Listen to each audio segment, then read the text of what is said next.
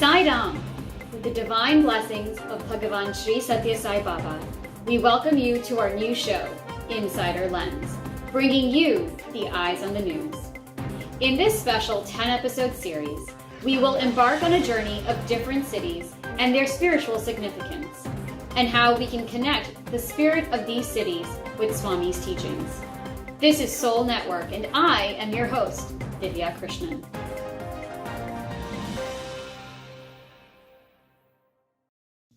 For tonight's top stories, we'll discuss the celebration of Avatar Declaration Day on October 20th. Next, we'll spotlight devotees of the greater New York area, who will host a virtual music panel titled Amazing Grace, where they will discuss Swami, music, and New York City. Finally, our on-site reporter, Vaiba Venkat, will take us on a special journey to embark on the famous landmarks of the city and their spiritual significance tied to Swami's teachings.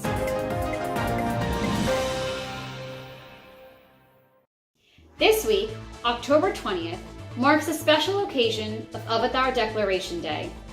On this day, in the year 1940, Bhagavan Sri Satya Sai Baba revealed his divinity, and the divine mission began. Since then, Sai devotees across the world have observed October 20th every year as Avatar Declaration Day to remember, reflect, and assimilate the teachings of Swami, which simply boil down to love all, serve all.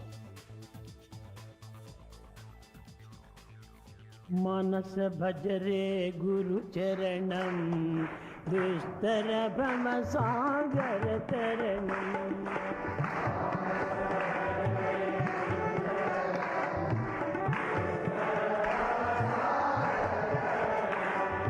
Manas bhajare guru charanam dushtara brahma sagar taranam.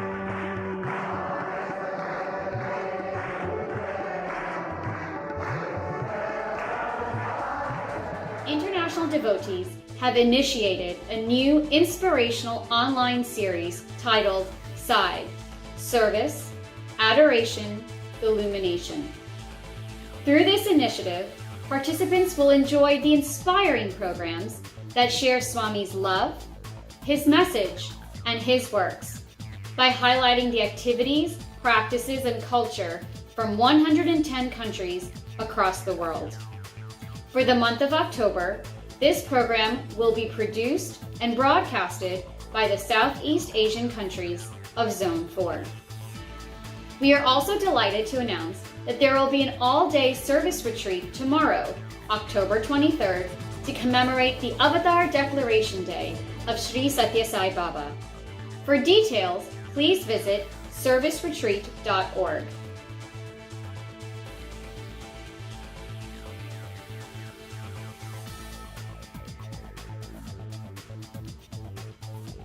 And now we have a wonderful segment titled Amazing Grace. This is a story of 4 friends who have come together to share their love for Swami, music, and New York City. Our wonderful panelists for tonight include Barbara Robbins, a proficient pianist and musician, and currently serves as the president of a Sai Center in Connecticut. Bob Becker, a video producer, musician, and singer from the Norwalk Sai Center for over 30 years. Nettie Spivak, an executive coach, interfaith minister, spiritual healer, and Jan Nigro, a professional musician for many theatrical productions over the last 40 years. All these talented musicians share a strong spiritual connection with Swami and a deep love for music. Let's hear from them.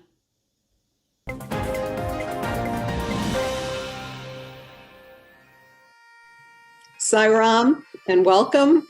We're very excited to be here tonight. We are 4 very old friends in the Sai organization and with a lot in common. And we were delighted to be asked to share some experiences on the theme of Amazing Grace, about music, and about being New Yorkers or New York region. I'm going to kick us off. As you know, my name is Nettie Spiewak, and I am many things, but deep in my heart, I'm a girl from the Bronx. I'm a native New Yorker.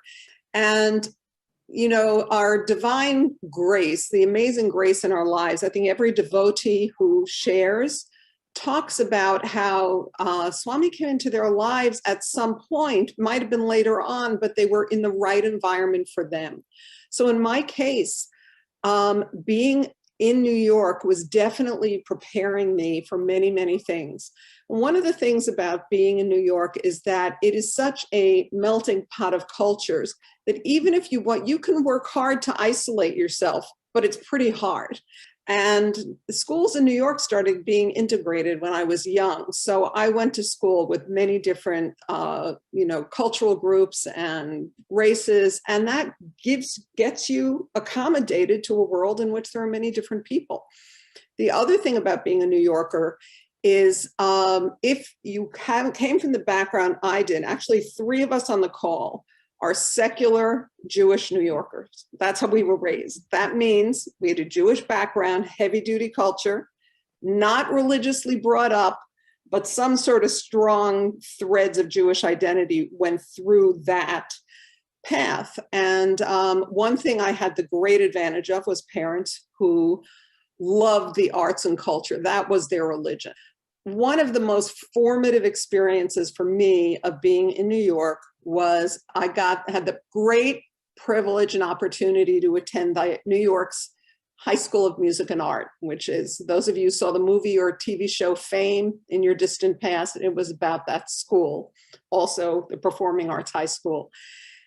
And to be in a place that fostered as not only normal, but special, everything about being an artist was an incredible advantage. I had known that where I went to high school was going to determine a lot about my future. And in that case, I was right. And by the way, last thing is I didn't go for music, I went for art.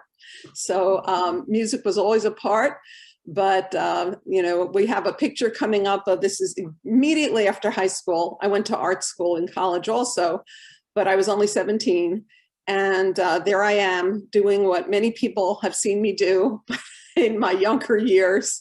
It's the same thing, playing the guitar with people. Funny part here is the guy who's playing the flute later became an Eastern Orthodox priest. So I became a reverend, he became a priest, go figure. So I want to ask another music and arter, and that is Jan, to share a little bit about his own experiences about being a New Yorker. Well, there's so much that you said that I relate to. New York was indeed a melting pot of people, of music. I mean, for me, when I think back, my parents and my sister and I, we all had an apartment that we were living in together. And there was so much variety of music that was constantly being played in my house. My father was a professional trumpet player. And so we were listening to him practice his trumpet, and he had jazz recordings that he'd play that we were listening to. And my mother had opera records. We heard a lot of opera, Broadway show tunes, lots of Rodgers and Hammerstein, My Fair Lady, and classical recordings. So just between my parents, there were all these genres. And my sister and I shared a room growing up, and we always had a ton of rock and roll 45s scattered all over the floor. A few young people out there, rock and roll 45s are little records they're these round things that made music, and you may have even heard of them before. And this is pre-Beatles. This is late 50s and early 60s, so lots of Elvis Presley, doo-wop groups. Doo-wop, by the way, is a whole genre unto itself, and very New York. You'd find people sometimes standing on a street corner in New York. There could be 3, 4, 5 people, teenagers or people in their early 20s, and they'd be singing songs, no instruments, all a cappella, and creating harmonies. And the songs were usually things that were songs that you'd hear on the radio. So all of these different genres found their way into my musical life, and my sister also. And eventually, when I started to write songs, they came out in all these different ways, sometimes specifically a certain genre, sometimes a fusion of things.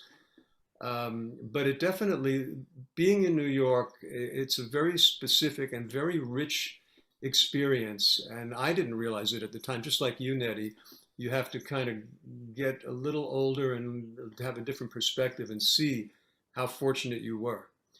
Not that there weren't some drawbacks to New York, there were, but definitely I cherish now as a older person how wonderful New York was. Um, Music and Art High School, that was also a great experience. Unlike Nettie, I did not want to go to Music and Art. Right outside my window was Taft High School, the neighborhood high school. All my friends were going there. I didn't want to go. I wanted to go to Taft High School, but I auditioned and got into music and art. And so my piano teacher and my parents were pushing me in that direction. And they even brought me to the principal of Taft High School, who pushed me in that direction. He said, if you got into music and art, you don't want to go here. So going to music and art was a tremendously expansive experience because it really pushed me into the world of music and culture and fascinating people. And it was just a springboard into a life that I never would have had if I had gone to Taft High School. So that's my early remembrances of music and art, of music, my family, and New York City. And I'm passing the baton over to you, Bob. Right. Thank you. I grew up in Brooklyn. Well, I was born in Brooklyn. Growing up is another thing. And then I will give you a sense of what growing, and I'm not trying to be funny. This is literal. If you ever heard the joke about when you play stickball in the streets, in city streets, this sewer grate is home, the Buick is first, the other sewer grate is second, and so on. And when one of the cars pull out, it's not pretty because they took away one of your bases. So that was, and I heard about grass and things like that, but it was the city street. And then we moved to the Bronx. And when you're 13, you have a bar mitzvah. So at 12 and a half, my father said, oh, you should have a bar mitzvah. And I said, what's that? So because I never went to any school, he hired a sacred Jewish singer, a cantor, who showed up at my kitchen table, sat opposite me. And I really didn't have any music up until this point. I grew up under my mother's piano. So there was always music raining down on me, but never touched the instrument. And the cantor said to me, look, there's no time for you to understand what you're about to enter into. So just be a Jewish parrot and mimic me. And then I encourage you after your bar mitzvah to maybe investigate your faith. And he sat back in that kitchen table, I don't know, maybe 4 feet from me. And he closed his eyes and out came this passionate voice that just, the hair on my neck stood up and something was awakened because, in retrospect, if I want to get poetic about it, he awakened something and I wanted what he had. And I don't even know what he had, but I wanted it because there was such a passion behind it. So that was the start of it. And then, like Jan referred to, I did a cappella groups because there was something about finding a subway station with a good echo or someone's apartment house lobby or the stairwell. You needed an echo. It added a certain bit of heightened spirituality to it. So we did a cappella groups, but it still wasn't there. And here's where, so the first grace was just that cantor sharing with me what fed him. Then at age 17, my mother passed away and the house went way too quiet, the apartment. The piano was silent. And I didn't even realize then the grace that had descended upon me, but all of a sudden I'm sitting at that piano and in retrospect, the way I grieved was to write sad songs, and I needed a vehicle for the lyrics and the melody. So all of a sudden I'm playing the piano, but I wasn't even aware I was playing. I needed to grieve that way more than I needed to think I was making music, in retrospect. And then, that started to grow. The songs were coming one after another, one after another. I didn't realize I was receiving them through another grace. And then I started rock and roll bands, and out of Trinity Church on Broadway and Wall Street, I managed a daytime coffee house for them. And we had our band, and the band stayed together for a long time. We didn't go through a lot of bands. We stayed with one another. And then I had somewhat of a little solo career after that. But all the while, starting from that cantor, then my mother passing and needing to not have that silent be so deafening, and then writing those songs was really what started me on the greater grace that was offered to me later in life became more evident. And then the music took a turn more towards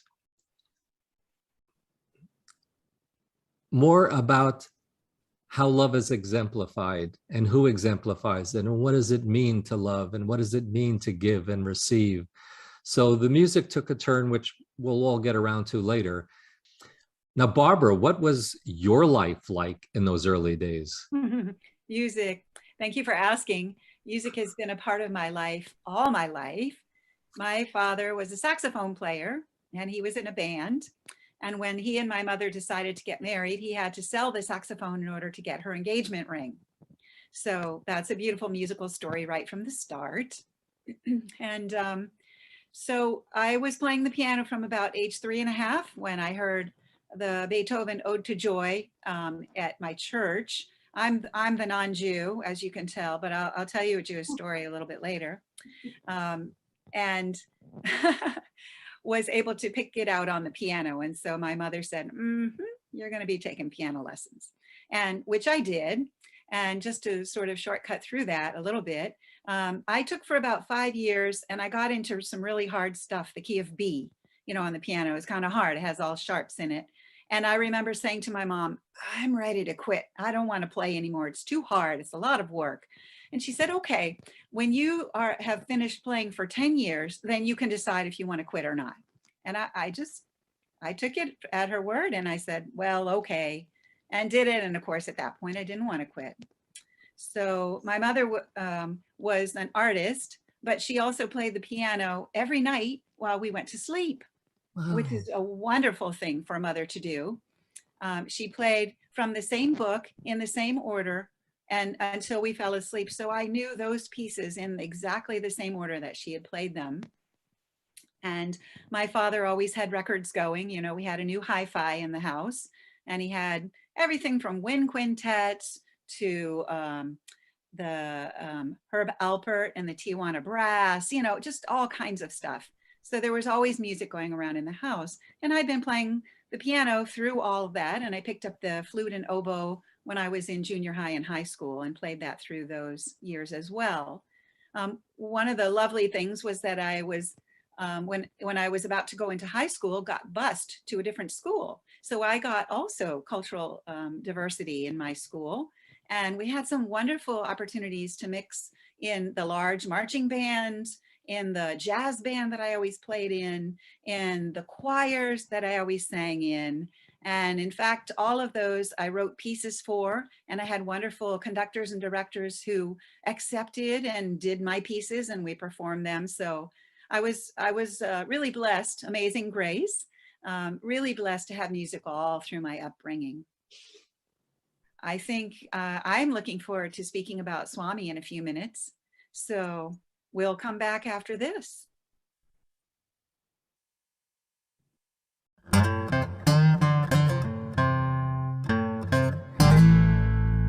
Never saw it coming, but here it is, and it's clear it is changing every life.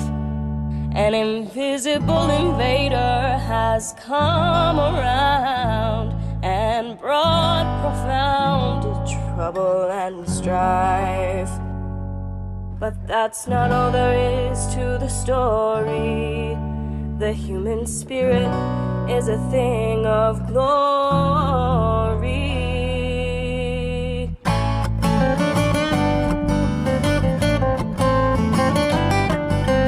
Firefighters and folks who drive a bus, supermarket workers, yeah, they do so much. Dedicated teachers working virtually, they keep going, the light keeps glowing in our society. Healthcare workers working in harm's way, tending to the sick ones every day. And they all answer the call. Without them, where would we be? They keep going, the light keeps glowing in our society. They keep going, the light keeps glowing, and it's shining now to make the load lighter. They keep going, the light keeps glowing. In the dark, it only gets brighter and brighter and brighter, brighter. We keep going, the light keeps glowing, keep on glowing, and it's shining now, to make the load lighter. We keep going, the light keeps glowing, the light keeps glowing. In the dark, it only gets brighter and brighter and brighter and brighter. We keep going, the light keeps glowing, keep on glowing. We keep going, the light keeps glowing, the light keeps glowing.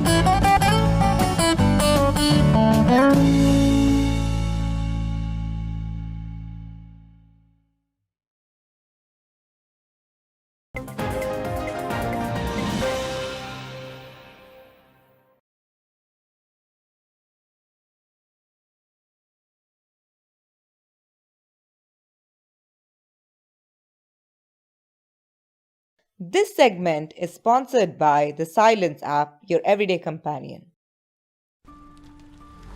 Let me quickly grab a cup of coffee before I go to the Seva. Sai Ram, so many people at a coffee shop during a pandemic? Can't they drink their coffee at home? Oh God, why am I having these thoughts? Let me check the Silence app. If you want to enjoy life, fill yourself with positive thoughts.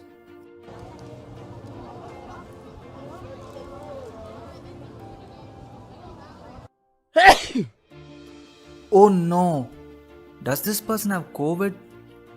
Why does he have to come to a public place like this? Let me drink my coffee in my car. Oh God, not again. My thoughts are troubling me. They are disturbing my mental peace. What do I do? Aha! Let me check Silence app. Mental peace can be obtained only by constant contemplation of God. Every day, millions of people struggle to have good thoughts, speak sweetly, and act with love. Are you one of them? Fear not. Activate your companion, Silence app, for free. Silence app is built on an age-old technology of Atmic intelligence. It picks up your subtle thoughts and sends you inspiring pearls of wisdom. The Silence app can be set up easily. Simply push the power button on within you. Make an attempt to make a contact. Once the contact is made, the app picks your subtle thoughts and it guides you to have unity in thought, word, and deed. With this, you will be able to carry and accomplish any given task with a peaceful mind. Activate your app before it's too late. This app works only when you have a silenced mind. Prolonged exposure to this app may cause a transformation and you might start getting closer to your divine inner self.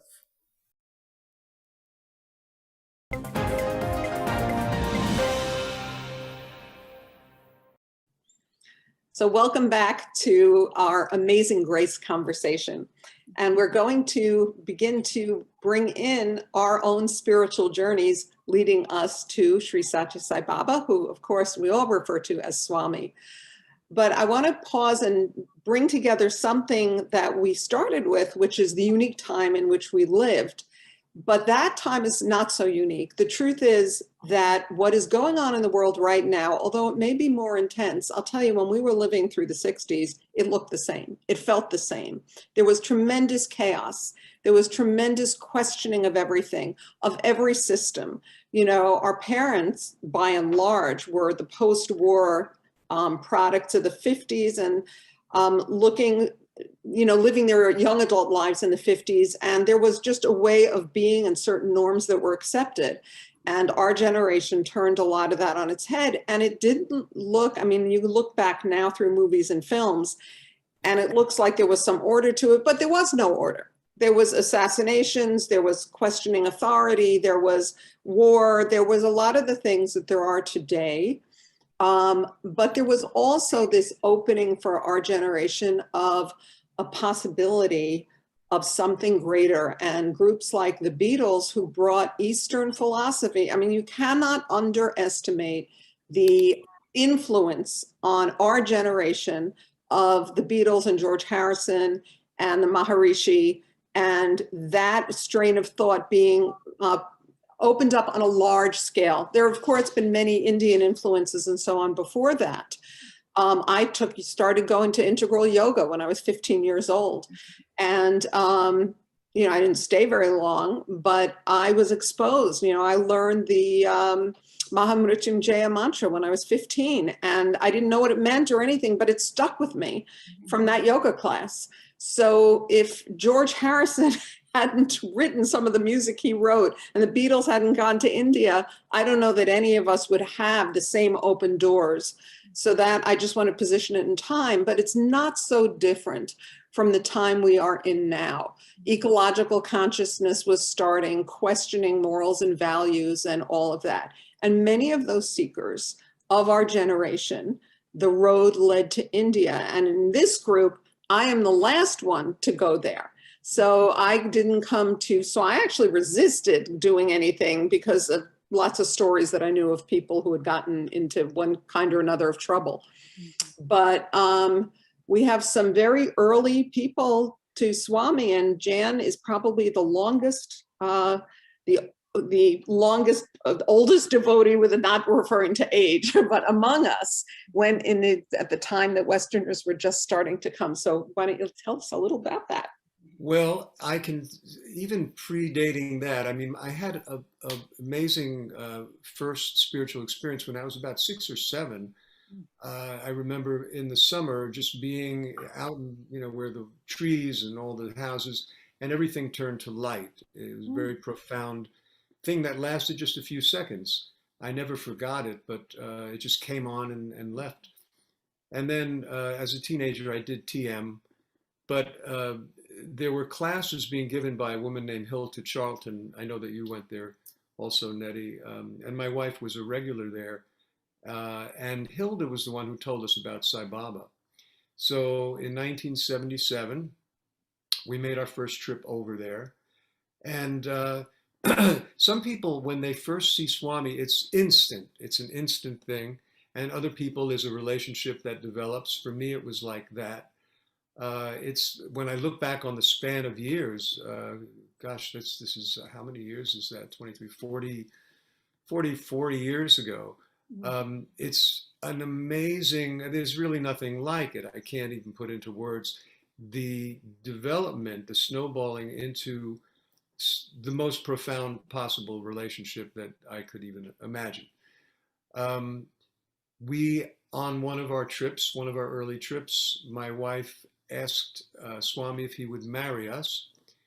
and he said this. I think it was in an interview, and he said, "Ceremony not necessary, to be one is necessary." And then on a follow-up trip, because I have to ask my wife about these things because I get some of the details wrong. On a follow-up trip, she asked him, no, same trip, sorry, in an interview, and he said, "I will marry you tomorrow." And he did. And there we are. That is me. Boy, I was really young there, wasn't I? Right. There's some other people there. There's Swami performing the ceremony. He was doing Vedic mantras and he had his hands on her head. I remember at one point, Swami said to me, "Where are the rings?" And I hadn't brought any rings. And I was flabbergasted because I thought I just ruined the whole wedding. I don't have any rings. And he's saying, "Where are the rings?" He's looking under his chair and everybody's looking for rings. And then he waved his hand and clink, there were 2 rings in his hand and he put them on. I was pretty much in shock the whole time. This is fast forward many years. And there was on a trip, Bob, we were together, and Nettie, you were there also? Yeah, right? this was 2007. 2007. And so we each had a moment or two to go up and talk to Sai, and somebody was kind enough to take a picture of it. So the relationship with Baba is extraordinary. And I remember the day after the wedding, Baba was talking to us in an interview, and he said to me, he sort of was looking a little over, he was talking and then he looked a little bit over my head as if he was looking at something else. And he said, "You will be doing music." And that is eventually, in the most incredible way, doors opened up and things came together through Swami's grace for me to do a project with my wife called Vitamin L. And I'll get to that on the next round. Right now, the baton goes in your direction, Bob. Good catch. So when I was 17, the year that my mother passed, I had read Sid Author by Herman Hesse. And everything in it sounded neat. It sounded comfortable. I didn't question any of it.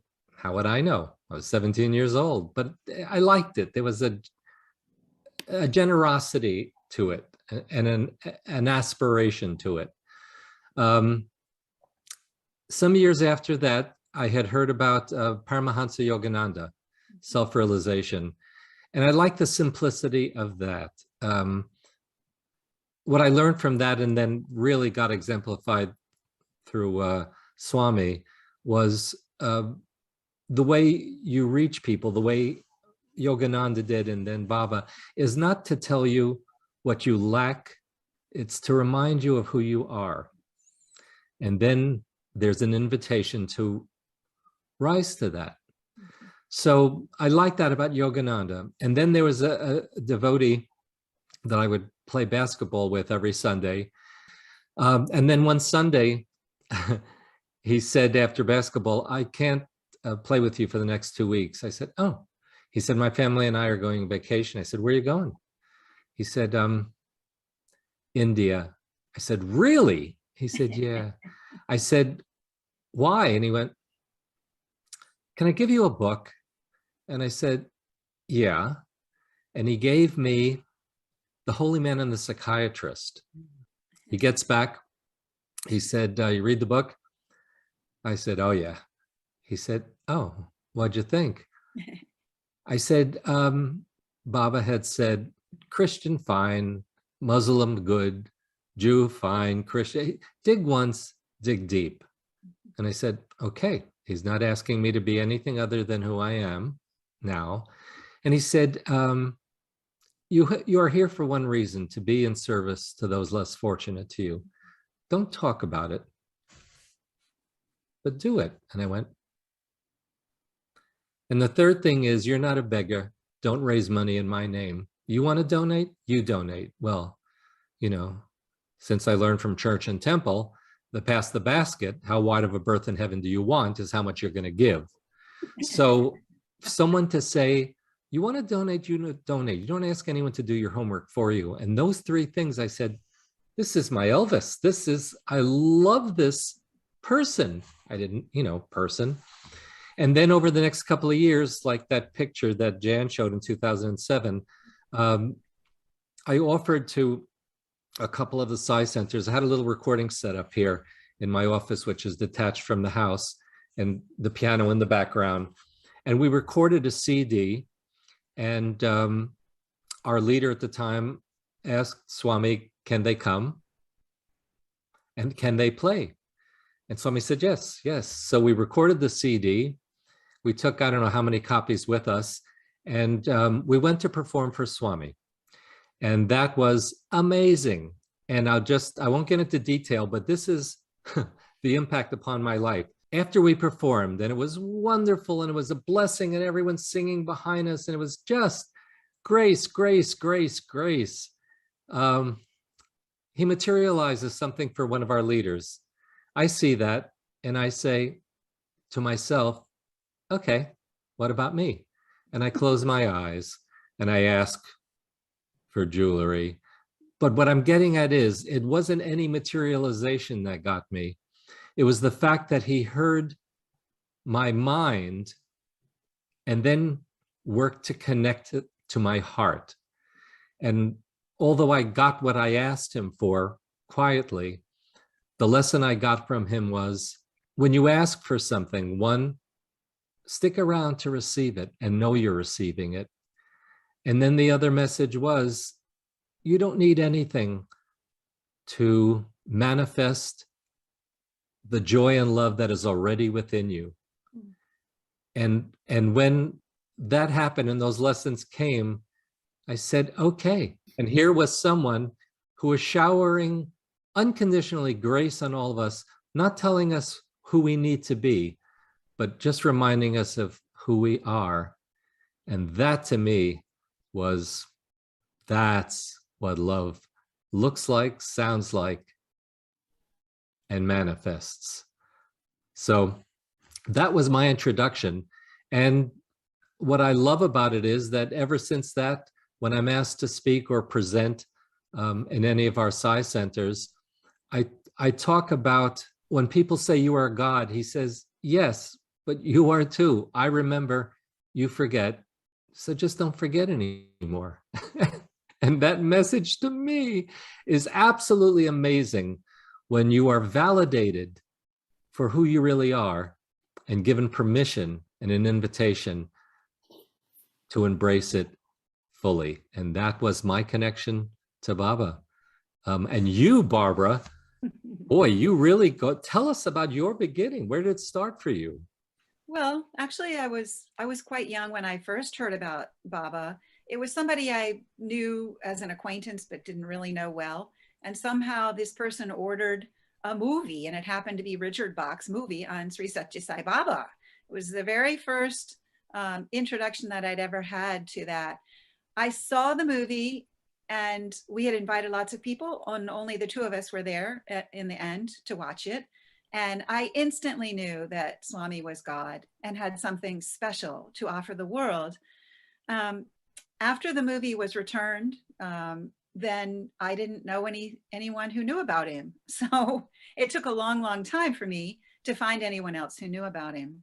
And all that time I had been reading books and searching and doing all, lots of inquiry about, where my pathway lie. And it was mostly in my head. And when I heard about a book about Baba, I instantly thought, well, if this were Jesus, I would want to know for myself whether this person had something real or if it was just a lot of talk. And so with that in mind, I searched again and I found the book on my shelf, read it again. I felt this is the highest vibration I've ever experienced. And then I went, what now? So I wrote a letter to the book publisher. And in those days, normally a letter to California and back would take normally 2 to 3 weeks. this letter went to California and came back to me as a big package with pictures, and there was now some centers, and it came back in 4 days, which was an amazing grace to me. I thought that was a miracle. And I read the books, I met up with some people, and I started going to some centers, and I really enjoyed that. And then when Bernie and I, who both had been married and each other enjoyed Indian life without each other knowing it, and we finally figured it out after we were married for 8 years that we both wanted to go to India. We worked out a trip and went there, and then I was on my own on the ladies' side, and so I didn't really know what to do. But again, amazing grace all through the trip there.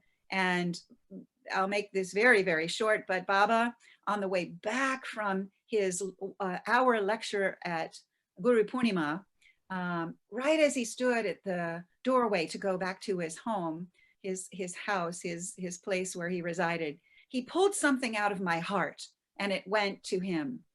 And I caught my mind saying, I didn't give you permission to do that. I caught my mind telling my heart what to do. And that was the beginning of my realization that the mind had been completely controlling my life. And I hadn't given any sway to the heart and how it felt. So that's just a brief summary of that story, but I think it would be really nice if each of us were able to tell a little bit of what we have taken away from being with Baba. It's so vast, you know, it's summarizing these things. That's that same 2007 trip that Jan was, where we were all showing. We all had songs performed. All of us had contributed songs that on one of the 3 trips that happened got performed or rehearsed or recorded or something. And I was totally not expecting this moment at all, but it did happen. And I had years ago wanted to have Pad Namaskar and had given up on that. But, you know, about 1 second after this picture was shot, I took Pad Namaskar. You know, I'd given up. I hadn't thought about it in years. But when I look at the whole journey, the thing I wanted to bring up in conclusion is that going back to the beginning, how we began, it was said was that the graces that we were each positioned where we had to be to live the life we did and make the contribution we have. And now we're all 4 of us at the latter end of the journey. And that makes you reflective in a sense on what have I gotten, what have I given? At 16 years old, I was in front of like a couple hundred kids leading music for Jewish services, and I wasn't even religious. And then 40 years later, whatever it was, I was again leading kids in front of Satya Sai Baba. So he gave me all the experience I needed to years later have that show up. And even Jewish music and Indian music have a lot of the same chords and minor keys. And, you know, there was a real ease for me in kind of being cross-cultural there. But now at this juncture, there is definitely a sense of you will give and you'll be in service the rest of your life. But it has been a privilege to be a teacher. And we're all aware of the difference that either having a teacher or being a teacher can make. And every once in a while, there are those moments where it comes back to you. And Swami has been our great teacher and has inspired each one of us to share things, whether formally or informally, with many people and generations that come after us. And I think that is the privilege of being a teacher is really what's present for me right now. And I will be one till the day my mind stops functioning, you know, and maybe even in silence. And I've been around a great spiritual teacher who I had, who actually, he had a stroke and he lost the ability to speak, but being in his presence, people still got transformed and healed. So, you know, it's just until my last breath, it will be to contribute that sense of love of God and love of others. Well, there are so many experiences, both there and here in my home, that I've had with Baba, but I can talk about an interesting unusual experiences I had in India. In Prashanti, sometimes he'd be there for months, and it would be a grind because although it's called the abode of the highest peace, you go through a lot there. There's a lot of cleansing, and so the months would go on, and there was a time where I felt just like I'm not connecting with Swami enough. While I was there, I never would go to bhajans. I couldn't relate to bhajans. I was steeped in Western music, Western melodies and rhythms. I didn't know what they were saying, so I would go to darshan, and that's it. But on this one particular day, I thought, I'm going to go to bhajans. Then I could at least look at him because he would sit in the front, inside the mandir. And so I decided to go at the last second. So they'd already started singing, and I scurried up and wiped my feet on the mat. Swami was walking on the mandir, and our eyes met. And then I went in, I sat in the back, and they were singing the one bhajan that I know. And I'm looking in the front, way in the front, where Swami would be going to sit in the chair. And I'm singing, and then suddenly I'm waking up out of a profoundly altered state of consciousness, almost like a coma. And I feel two little electric shocks, not painful, but this sensation on my neck. And I open my eyes, and I'm really disoriented. And I look up, and Swami's standing behind me, and a big smile. And he says, "How is it that you come to know the bhajans?" And then he just walked slowly up to where he was going to sit. Yeah. And I turned flush. It was an overwhelming experience. But then reflecting on it, what a great Leela that was, because he was showing me, I can control your consciousness. I mean, he completely put me into some other world. And I know that you don't go to bhajans. A lot of people there, even in those days. And I have a great sense of humor. So, he can get a lot done in one little second with one little Leela. And I think back on that.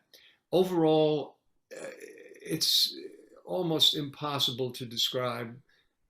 Swami brings you along, sometimes a very rough road, to the point where you start to experience who you really are, which is the Atma, the eternal Atma. You're not your body, you're not even your mind, and you get a foot in that world. It doesn't just all of a sudden, for most people, all of a sudden happen.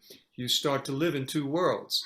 Your personality world with all your quirks and, all of your problems and your likes and dislikes, and then your Atma, which is completely separate from that. And if you continue to do sadhana, eventually you are living in your Atma. So I've got a foot in each world right now. I don't like being in the personality world, so there's nowhere to go but forward. Now I'm struggling to get forward. And Swami has, through his grace, he brings us there, and sometimes screaming and kicking, but we get there. Yeah. Bob. When I think about what I've received from Baba are a couple of things. One, he always talks about presence, about just being present. One of the wonderful lines he uses is, diamond, mind, come from here. Don't over rehearse what you're going to say. Let it come from here. But when I was doing a video of the super specialty hospital, and in the rotunda, when you leave, there's this dome, and in each part of the dome is a different visualization of the divine, and they're equal to one another. And one of the paintings, and this is a big takeaway for me, was a picture of Hanuman embracing Ram. And I had my nephew with me, and I looked at that and I went, I want that. And he said, well, you can't have it. It's a picture hanging above us. I said, no, I know, but I want that.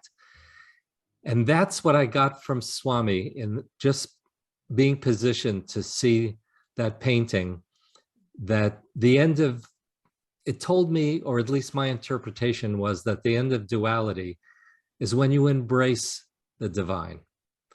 And it's not far away. It's not someplace you need to travel to.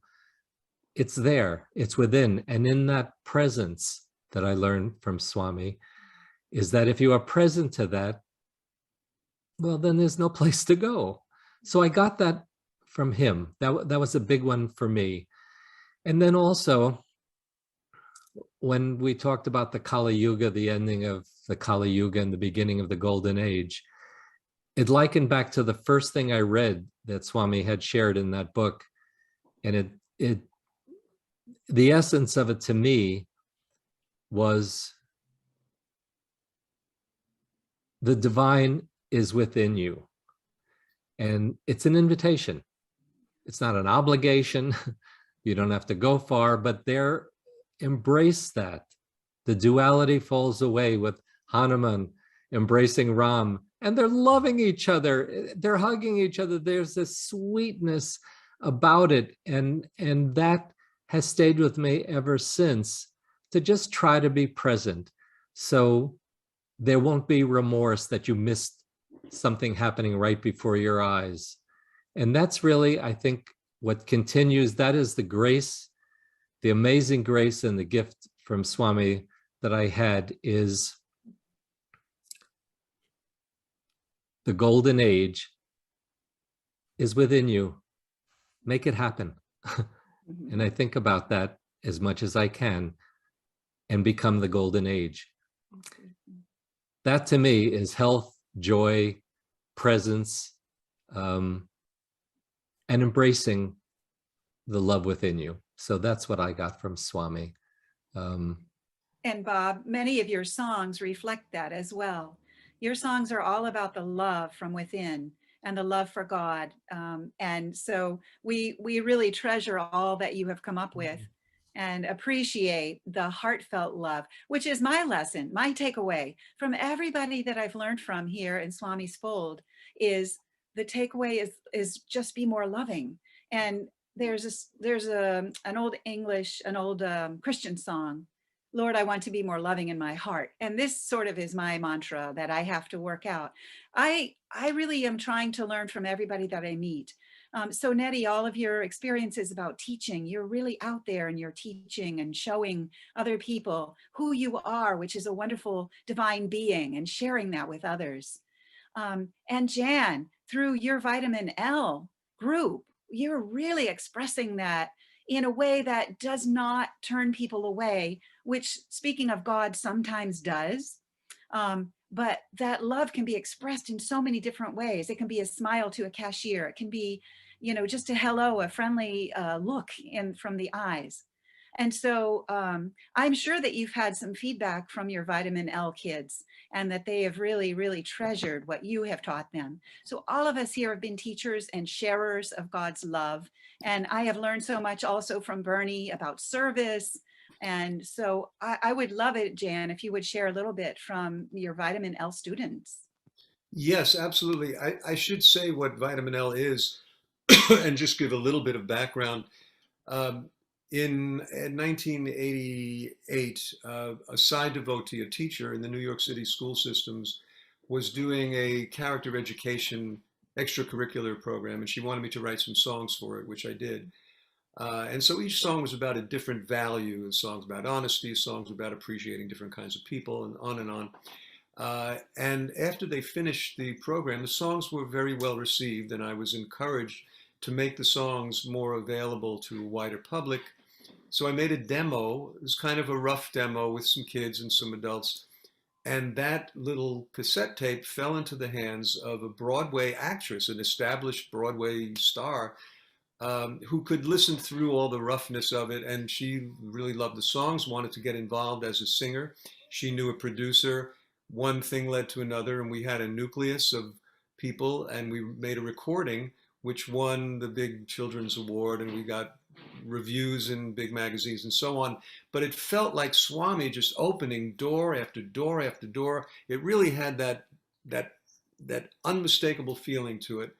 And all of the songs were, again, they were in line with Swami's teachings. They didn't mention God because we were performing in schools. That was our main thing that we did. We did 1,200 concerts. They don't mean nothing overtly spiritual, but they were all about Swami's teachings. And I always felt that it was his gift and grace, and we had a lot of good karma. And my wife Janice was behind the scenes doing an unbelievable job, working, multitasking, keeping this thing going. I wrote the songs and performed with the local kids. And here is a letter. We're just about wrapping it up. We're 32 years we did it. It's been an incredibly beautiful experience for me, for Janice, my wife, and so many of the people who are in it. The first batch of Vitamin L kids are now late 30s, 40s, and we get letters. Now we're getting letters, emails from them because we've put the word out that we are closing up shop. And so I'm going to read a letter. This is from somebody who is, he's probably in his mid-30s now. He's doing very good work for the environment. And hi, Janice and Jan. Wow, this is definitely the end of an era. You both should feel so proud of the very meaningful work you've done with Vitamin L over the last 32 years. Vitamin L was such a formative element of what made me who I am today. I remember listening to the music obsessively when I was little, unpacking the meaning of the songs with my parents, and then using the words and concepts I learned in the songs as a quiver I could draw from when navigating life as a young person, which I did on multiple occasions, sometimes even quoting songs directly. I can still remember the joy and excitement when I got to go to a Vitamin L concert when Caitlin, his sister who was in Vitamin L before him, was performing before I joined.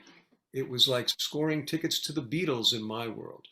And then when I got to join Vitamin L, it provided me with a community of friends from the greater area with different stories, backgrounds, and perspectives that I never would have had access to in my school alone. I built friendships, built my confidence, got to explore and lean into the music as an art form and act on my forming values all at once. What a gift. It goes on for quite a bit longer, and it's very kind.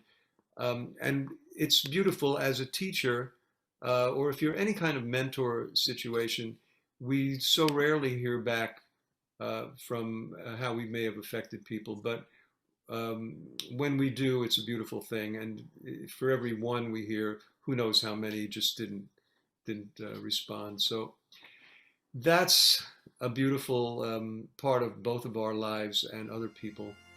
It has been a great pleasure sharing, always a pleasure to share stories about Sai Baba and to see all of my Sai friends here in our little quartet.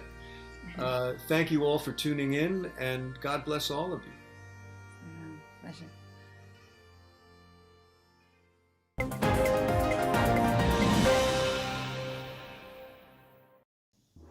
Welcome back to today's edition of InSaider Lens at Soul Network.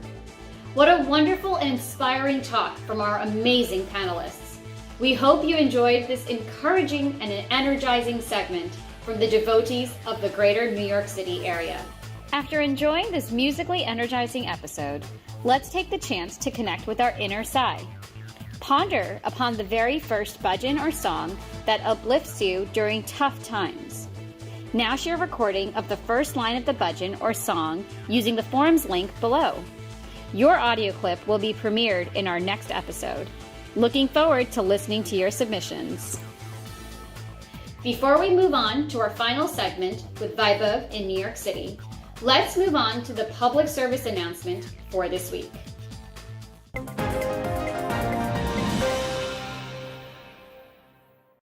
You have to just get this together. But this was a team project. I don't care. You just do it.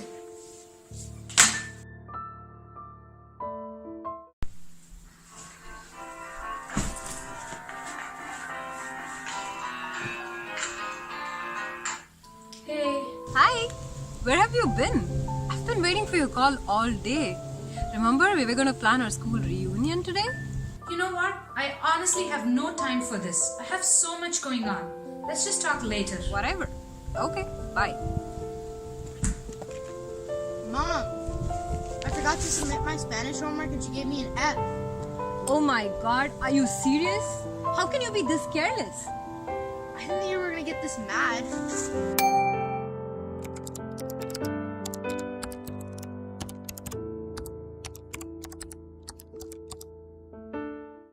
What? Hey, how was school today? Why do you even care? Just leave me alone.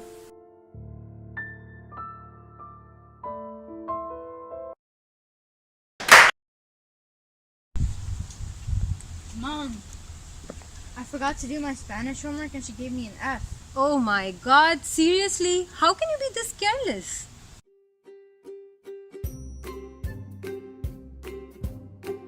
Sorry, Mom.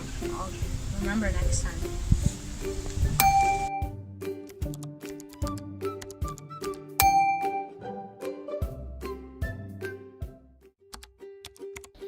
Hey, how was school today?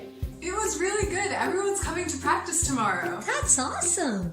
Listen, I understand this had a very short turnaround. We'll get this still put together. Thank you so much. I appreciate it.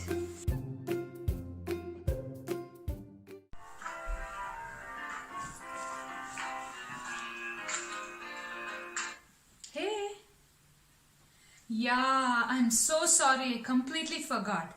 But that's okay. Let's plan the reunion.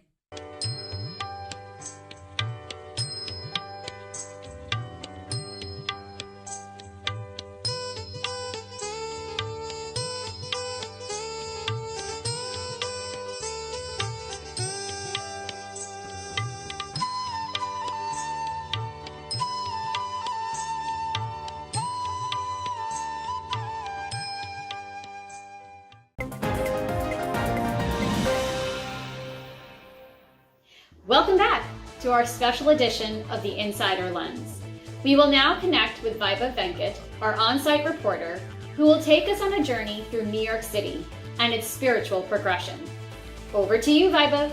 New York City's culture, history, and diversity open our eyes to the ever-progressing spirituality of the city. Famous landmark in New York is the Statue of Liberty on Liberty Island.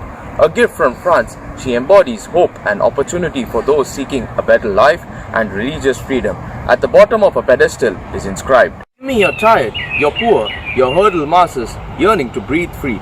The wretched refuse of your teeming shore. Send these, the homeless, tempest toast to me. I lift my lamp beside the golden door." New York City is home to the largest Jewish population outside of Israel, the Chinese population outside of Asia, and Puerto Rican population of any city in the world. New York City has welcomed many religions for many centuries. Built in 1885, New York's oldest mosque in Brooklyn was built and led by a group of people determined to help and support one another religiously and socially. In New York City, the Hindu temple, traditionally known as Sri Mahavallabha Ganapati Devasthanam, was established as a community and meeting center for Indians in the greater New York area in 1977. It is the first authentic Hindu temple in North America, built with traditional granite stones imported from India. The list goes on.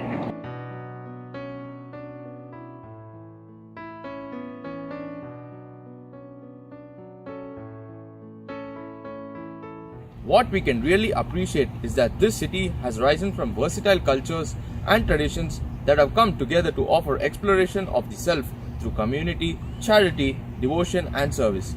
I hope you enjoyed those little tidbits about New York City. Back to you, Divya.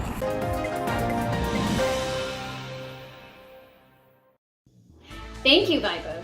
And thank you to all of our viewers for joining us on tonight's special edition of InSaider Lens, for what has been a special journey for the spiritual traveler through this incredible city. What makes New York unique is its thriving diversity, making it a true melting pot of different influences, cultures, and nationalities. What makes all of this possible in New York City and not anywhere else in the world can be found in its state motto, Excelsior, a Latin word meaning higher or ever upward, which the city beautifully embodies. This ever upward journey that the city has embarked upon is built on 3 pillars that we have explored during this episode. 1, inclusivity, where we can acknowledge and accept everyone's beliefs and identities, allowing us the freedom to practice our way of life. 2, expansion, where we share and broaden our experiences through various mediums, such as the universal language of music. And 3, connection, where New Yorkers have the spirit to connect with strangers, their neighbors, family, and even their inner higher self.